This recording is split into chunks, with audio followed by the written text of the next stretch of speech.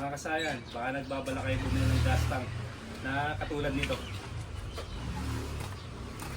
Kaya yung bigyan ko muna kayo ng konting idea para sa mga bibili ng gas tank, sa mga nagpapaganda ng inyong motor. Ito yung dating gas tank niya, TMX 125. Kaya kasayan. Matagal nating in-stock pero pansinin niyo yung loob. Okay pa rin. Ito yung original niya kasayan ha. Ito yung original na tangke. Para sa nagbabalak na ano. Tapos niliya ko na siya.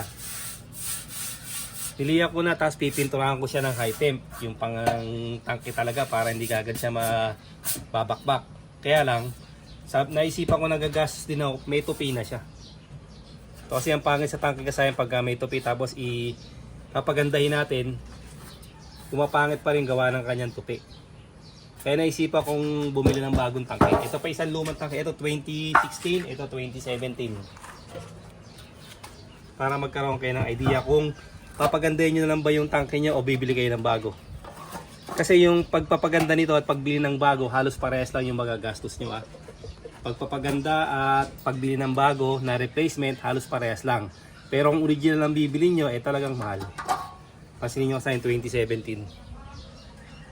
Ayan na yung mga loob 2017, 2016. Ito, kakabili pa lang, wala pang 1 year.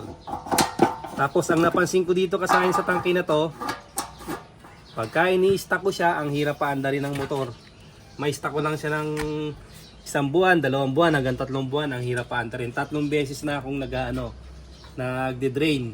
Siya kasayan 3 beses na ako nagde-drain. Pansinin niyo yung ano niya kasayan. Hindi normal yung dumi niya.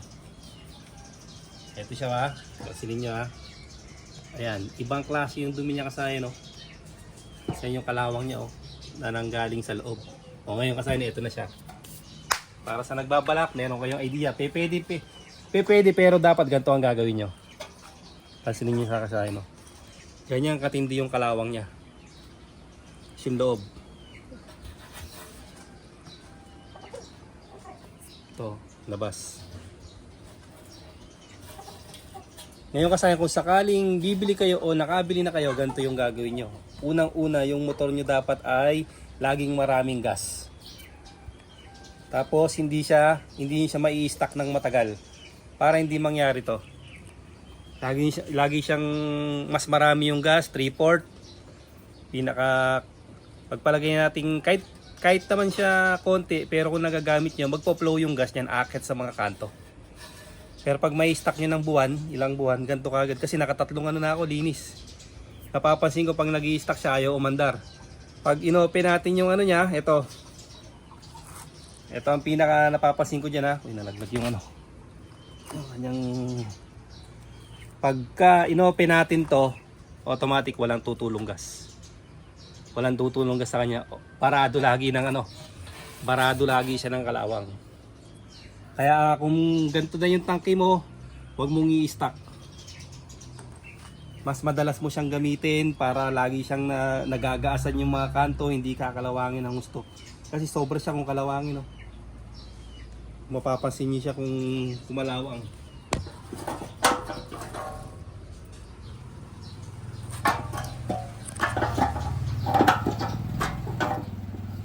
Kaya kasayan para meron kayong idea, ang gagawin nyo lang, huwag nyo lang siyang i-stock, laging may gas, magagamit nyo ng mga gamit, hindi siya kakalawangin ng ganito.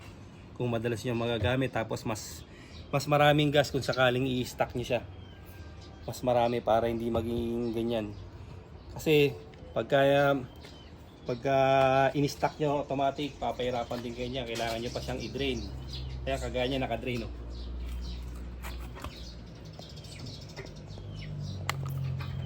Dinrain natin siya kasayan pero puro kalawang. Lilinisin pa natin yung niyan, yung lilinisin natin ang loob.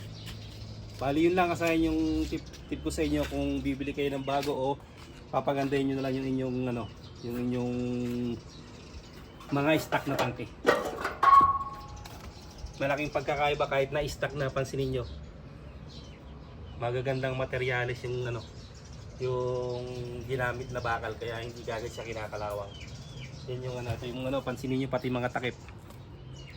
Iba pa rin yung original ha. Pero kung original ang bibili nyo, wala kayong magiging problema. Siyempre kung sa titignan natin kasayan, maganda naman siyang tignan. Okay naman, kaya lang, yun nga lang ang magiging problema, hindi yung pwedeng may stock. Kasi maya't maya ka magaganito ha.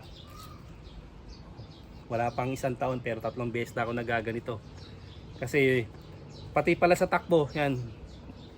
Patakbo pag di mo siya ginanto, ang takbo niya papatay-patay. Papatay-patay yung takbo na yun nga nagiging problema, kinakapo siya ng gas dahil sa kanyang mga bara. Kaya kung nakabili na kayo, ganoon lang ang gawin nyo. Huwag nyo lang siyang patuyuan ng gas. Maraming gas lagi, tapos lagi siyang magagamit para hindi maging ganito ang inyong tangke. Hanggang dito na lang mga kasayan. Salamat sa panonood.